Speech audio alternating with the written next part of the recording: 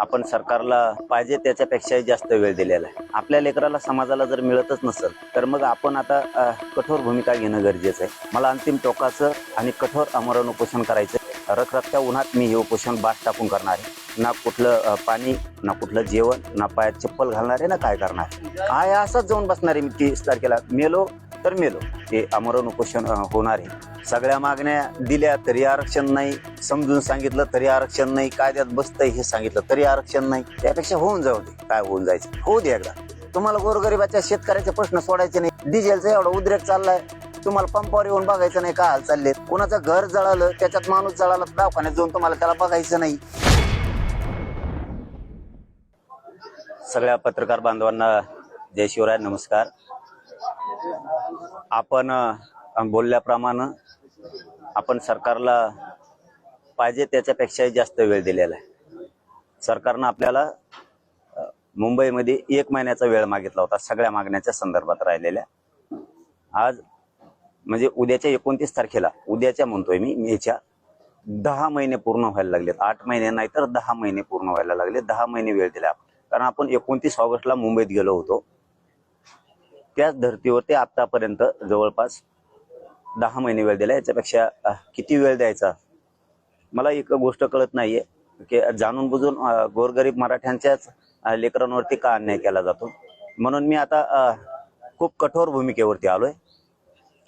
मला ते नाविलाज आहे, त्या पद्धतीचा निर्णय घ्यावा लागतोय. मला कुणाला दोष द्यायची इच्छा नाही आणि द्यायचा पण नाही. कारण आपल्या लेकराला समाजाला जर मिळतच नसेल तर मग आपण आता कठोर भूमिका घेणं गरजेचं आहे. आपण जे घोषित केलं होतं, कारण मी डायरेक्ट विषयाकडेच येतोय. 4 घंटे बोला आणि 2 घंटे बोला, त्याच्यापेक्षा 5 मिनिटाच्यात मला प्रेस संपवायचीच. कारण मी त्या सीमारेषेवर आता आलेलो आहे. 30 मेचं जे आपलं आंदोलन, आमरण उपोषण आपण ठरवलं होतं ते फायनल होणार आहे 30 मेला. परंतु त्याच्यात फक्त थोडा जास्तीचा बदल केलाय आपण. ते आमरण उपोषण आपण फॅनमध्ये, सावलीत, मंडपात बसून आपण ते काय आणखीन सुविधा करून करत होतो ना. समजा सगळे तसंच करतात, मीच नाही तर सगळे तसं करतात. मला अंतिम टोकाचं आणि कठोर आमरण उपोषण करायचंय. रखरखत्या उन्हात मी हे उपोषण बास टाकून करणार आहे. ना कुठलं पाणी, ना कुठलं जेवण, ना पायात चप्पल घालणार आहे, ना काय करणार आहे. माझ्या शरीरात प्रचंड वेदना आहेत. या जीवाला मी तरसायचं तरी किती दिवस. त्यामुळं जे होईल ते होईल. उष्ण घाताचा बळी गेला तरी देवेंद्र फडणवीसांमुळे गेला, सरकारमुळे गेला. कितीही जीवाची लाहीलाही झाली तरी हरकत नाहीये, कारण माझ्या समाजाच्या लेकरांच्याच आयुष्याचा उन्हाळा झालाय. तर आपण आपली का कदर करायची. ते उन्हात कुठेही होईल, ते जंगलात होईल, रानात होईल, ते कुठेही होईल, परंतु ते खूप कडक आणि त्या रखरखत्या उन्हात ते आमरण उपोषण होणार आहे. आणि त्या भूमिकेवरती मी आता ठाम आहे. आता शेवटी त्याच्यात किती त्रास होणार आहे, किती जीवाची लाहीलाही होणार आहे, किती कडक ऊन आहे, किती त्रास आहे, किती त्या वेदना होणार आहेत, याचा मी कसलाही विचार करायचं नाही ठरवलेलं. मी आता माझ्या निर्णयावरती फायनल आहे. कारण हे सारखे सारखे उपोषण करून सुद्धा माझ्या जीवाला इतक्या वेदना आहेत आणि इतका त्रास आहे प्रचंड. एकदा कुठंच ते तुकडा पडू दे. सरकारचा तुकडा पडल, नाही तर माझ्या जीवाचा तरी पडल. या भूमिकेवरती मी फायनलच आता आलेलो आहे की आपण किती दिवस आता हे असं करत राहायचं. सरकारनं किती दिवस शब्द द्यायचे आणि आपण किती दिवस त्यांना वेळ द्यायचा. हे सलग आता 3 वर्ष झाले हे आंदोलन सुरू आहे. त्यामुळं ही जी मी तुम्हाला त्या दिवशी सांगितलं होतं की मी कठोर आंदोलनाची भूमिका घेणार आहे. तर हे मे महिन्याच्या या कडक रखरखत्या उन्हात हे आमरण उपोषण होणार आहे. ना कुठल्या पाण्याविना होणार आहे, कुठल्या जेवणाविना, ना पायात काय चप्पल राहणार आहे, ना बूट राहणार आहे, ना काय राहणार आहे. मी बास टाकून एका बाजूला बसून जाणार आहे. ते जे होईल ते होईल, त्याचा विचार मी नाही करत. जर माझ्या शरीराचा मी विचार करायला गेलो तर माझ्या समाजाच्या लेकराचा उन्हाळा करून टाकलाय या सरकारनं. त्यामुळं कुठंतरी आता हे थांबलं पाहिजे. त्यांनी याचं आश्वासन द्यायचं आणि आम्ही ते बार बार ऐकत बसायचं. एकदाच होऊ जाऊ दे. आणि हे झालं फायनल. याच्यावरती कुठलाही बदल नाही, काही होणार पण नाही. आणि माझ्या मराठा समाजाला विनंती की कुणीही अंतरवलीकडं तुम्ही येऊ नका. कारण सरकारनं मराठा समाजावरती खूप माया दाखवली की त्यांना ऊनच लागल, त्यांना विठीसच धरायचं नाही, म्हणजे माया दाखवली. तर मग आता त्यांना जर माया आहे तर त्यांनी आतापर्यंत आरक्षण दिलं असतं. आणि म्हणजे ही डाव आहे मराठ्यात संभ्रम पसरायचा आणि हे करायचं. आता हे मला नाही वाटत की देशात असं पुन्हा आमरण उपोषण कुठं देशात झालं असेल आणि इतका कठोर पद्धतीची कुठंतरी निर्णय झालेला असेल की हे मी माझ्या मनानं म्हणत नाही, पण देशात मला नाही आठवत की असं इतकं टोकाचं झालं असेल आणि ते टोकाचं आता होणार.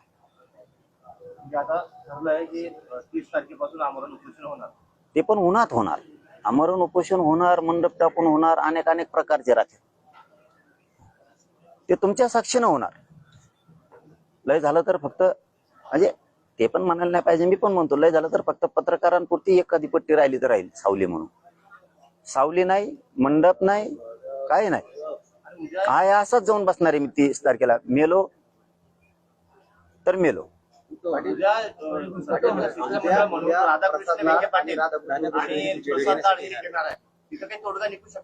मला नाही माहिती येणार आहे येत नाही.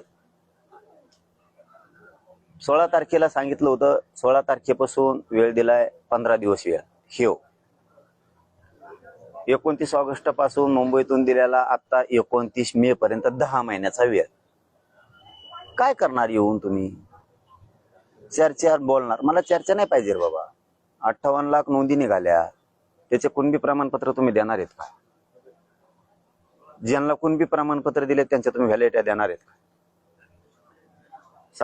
हैदराबाद गॅझेटियरचा तुम्ही JR काढलाय, ते प्रमाणपत्र देणार आहेत का? त्याच्या व्हॅलिडिटी तुम्ही देणार आहेत का? तुम्ही आरक्षण देताय म्हणजे नेमकं काय करताय? मराठ्यांची मतं मात्र तुम्हाला लागतील आणि मराठ्यांच्या लेकराला मात्र आरक्षण दिलं जात नाही. ही दुटप्पी भूमिका कोणची? तुम्हीच आमच्यावरती हल्ले करायचे आणि तुम्हीच आमच्यावरती 307 गुन्हे दाखल करायचे. म्हणजे राज्यातले गुन्हे सुद्धा मागे घ्यायचे नाहीत. सामूहिक कट रचून तुमचे पोलीस येणार आणि आमच्यावर हल्ला करणार. त्यांच्यावरती 120 पोलिसांवरती लागून त्यांच्यावरती 307 व्हायला पाहिजे, तर आमच्या क्रॉस घेतल्या जात नव्हते. राज्यभर हे खोटे दाखल केलेले गुन्हे. तुम्ही 17 संस्थांचा JR काढू शकत नाहीये. 1 महिन्याचा वेळ मागितला, 10 महिने झाले. अरे बलिदान गेलेल्या तुम्हाला मराठ्याची एवढी माया आहे, तुम्ही सांगता हे मराठा समाजाला ऊन लागल, मे महिन्याचं कडक भयंकर ऊन, हे लोक घराच्या बाहेर सुद्धा निघाणार, जीव जायला लागलेत उष्णतेमुळं, उन्हामुळं जीव जायला लागलाय लोकांचा, बळी चाललेत. मराठ्यांना विटीस धरू नका, एवढी माया आहे तरी तुम्हाला. तुम्ही बलिदान गेलेल्या कुटुंबाच्या लेकराच्या नोकऱ्या देणार, इतकी तर नीच आणि नालायक अवलदी जन्माला तुम्ही सत्तेत बसलात. कमीत कमी ती तुमची बहीण होती, ती तुमची आई आहे. मराठ्यांचं कुटुंब उघड्यावर पडलं यार, उन्हात पडलं ते. तुम्ही तिथं नाही वेळ देत. ही माझी समाजाविषयीची तळतळ, मी ते समाजावर ते विश्वास कमवलाय. मी समाज सोडून नाही काय करत, मला नको पण काय. तुम्ही साधे कामं करत नाहीये, साधे कामं. किती वेळ लागतो मराठा आणि कुणबी मंत्रालय स्थापन करायला? किती वेळ लागतो? ओबीसींनी नाही मागून मंत्रालय स्थापन केलं, मराठ्यांनी मागून नाही दिलं. मराठा आणि कुणबी एक असून सुद्धा नाही JR काढला जात. नवीन एक माहिती समोर आलेली आहे. तुम्ही आंदोलन केल्याच्या 3 वर्षांमध्ये मराठवाड्यात 3 लाखापेक्षा अधिक कुणबी प्रमाणपत्राचे वाटप. उपकार केला का? कोण बॅकलॉग भरून काढणार 3 लाख लोकांचा? याचा अर्थ आम्हाला आरक्षण होतं, आमच्या नोकऱ्या कोणी लाटल्या? 1967 पासून आतापर्यंत 50-60 वर्षात आमचं वाटोळं सरकारनं काय केलं?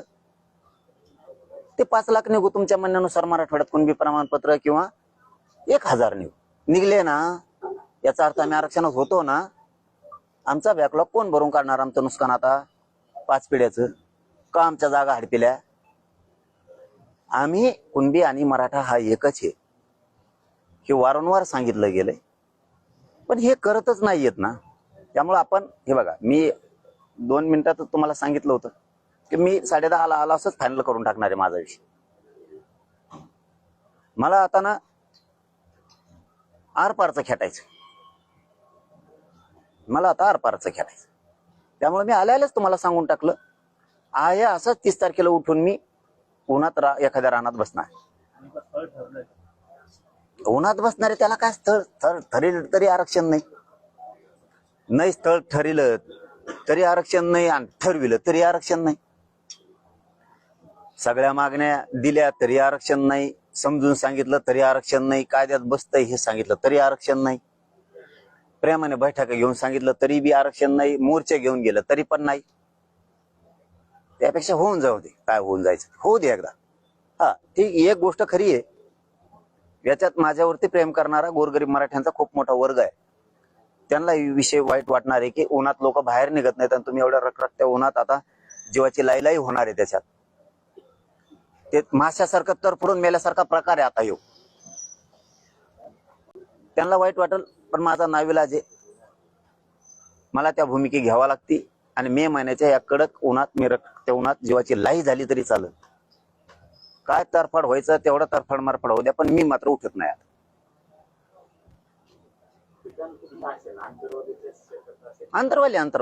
अंतरवाली बाहेर नाही. प्रसार काळानंतर तुम्हाला कोणी सरकारकडून कोणी संपर्क केलेला आहे का, तुमचा संवाद झालाय? केलाय, पण बोलून करता काय दादा? रिझल्ट काय, कृती काय केली तुम्ही, काय केलं तुम्ही? लावालाव्याच्या पलीकडे तुम्हाला काही आलंच नाही आयुष्यात तुमच्या. तुम्ही दुसरं काही केलंच नाही, लावालावी सोडून तुम्हाला काही आलंच नाही. ह्यो मराठा त्याच्या अंगावर घाल आणि त्यो मराठा त्याच्या अंगावर घाल, आणि काम करणारे वेटीस धर. याच्या पुढे तुम्हाला काही आयुष्यात आलंच नाही ना. सरकार म्हणून फोन करून काय करता, रिझल्ट काय देणार तुम्ही? तुमचे फोन मस आले. हा, मला इथं मराठ्यांना रिझल्ट द्यायचा आहे, त्यांना आरक्षण द्यायचंय. तुम्ही काय दिलं? फोनवर बोलणं. त्यातलं मी नाहीये बाबा, मला तुम्ही बोलून काय करायचंय? माझ्या मराठ्यांचे लेकरं बाळ अधिकारी झाले पाहिजे, ते साहेब म्हणून माझे आईबाप मराठ्यांना बघायचे. अरे तुम्ही काय उत्तर देता रे नालायकासारखे? काय उत्तर आहे त्यांचे? पश्चिम महाराष्ट्रातला मराठा समाज हा सदन आहे, त्यांच्याकडे ऊस आहे, बागायती आहे, फळबाग आहे. पश्चिम महाराष्ट्रातल्या ओबीसीकडे फळबाग नाही काय? काय सरकार चालित? इतकं क्रूर सरकार आणखीन आलं नसन रे कधीच देशात, जगात. काय उत्तर आहे? पश्चिम महाराष्ट्रातल्या मराठ्यांना आरक्षणाची आवश्यकता नाहीये, कारण ते सदन आहेत, त्यांच्याकडे ऊस येतं, फळबागा आहेत, द्राक्षे येतं. ओबीसीकडे नाहीत काय? मग तिथं असणाऱ्या बागायती असणाऱ्या ओबीसीला आरक्षण नाही काय? ह्यो रूल आहे काय आरक्षणाचा? तिथल्या मराठ्यांकडे ऊस येतं, पाणी सदन येत म्हणून त्यांना आरक्षण नाही देत आम्ही. मग तिथला ओबीसी काय डोंगरात राहतो का? त्यांच्याकडे फळबागा ऊस नाहीत काय? त्यांच्या पोरा नोकऱ्यातून आरक्षणातून नोकऱ्यात नाही काय गेली म्हणून मराठ्यांची जाऊ नये? विदर्भ मराठवाडा, आम्हाला पाणी नाही, आरक्षण बी नाही. काय चूक केली राव आम्ही?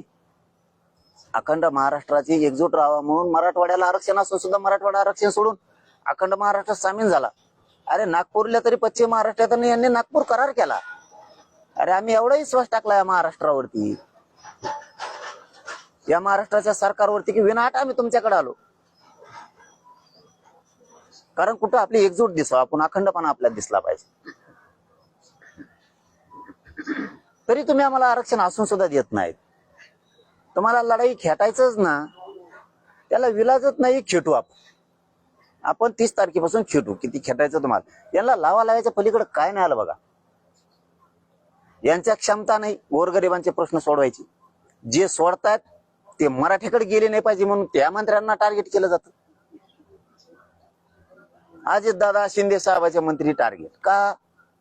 ते गरीबाच्या समस्या जाणून घ्यायला येते म्हणून. तुम्हाला यायचं नाही, तुम्ही टाळ्या वाजणारे असल्यासारखे बंगल्याच्या आत बसता. तुम्हाला बाहेर यायचं नाही, तुम्हाला गोरगरिबाच्या शेतकऱ्याचे प्रश्न सोडायचे नाही. डिझेलचा एवढा उद्रेक चाललाय, तुम्हाला पंपावर येऊन बघायचं नाही काय हाल चाललेत. कोणाचं घर जळालं, त्याच्यात माणूस जळाला, दवाखान्यात जाऊन तुम्हाला त्याला बघायचं नाही. एखादं पेशंट आजारी पडलं, अपघात असला, त्याचं ऑपरेशन असलं, तुमचा मुख्यमंत्री सहायता निधी लवकर लोकांना येत सुद्धा नाही. तुमचा पीएस सापडे 8 दिवस जाते, तोवर पेशंट मरत नाही तर सुट्टी होऊन घरी येतं. हे तुमचे काम.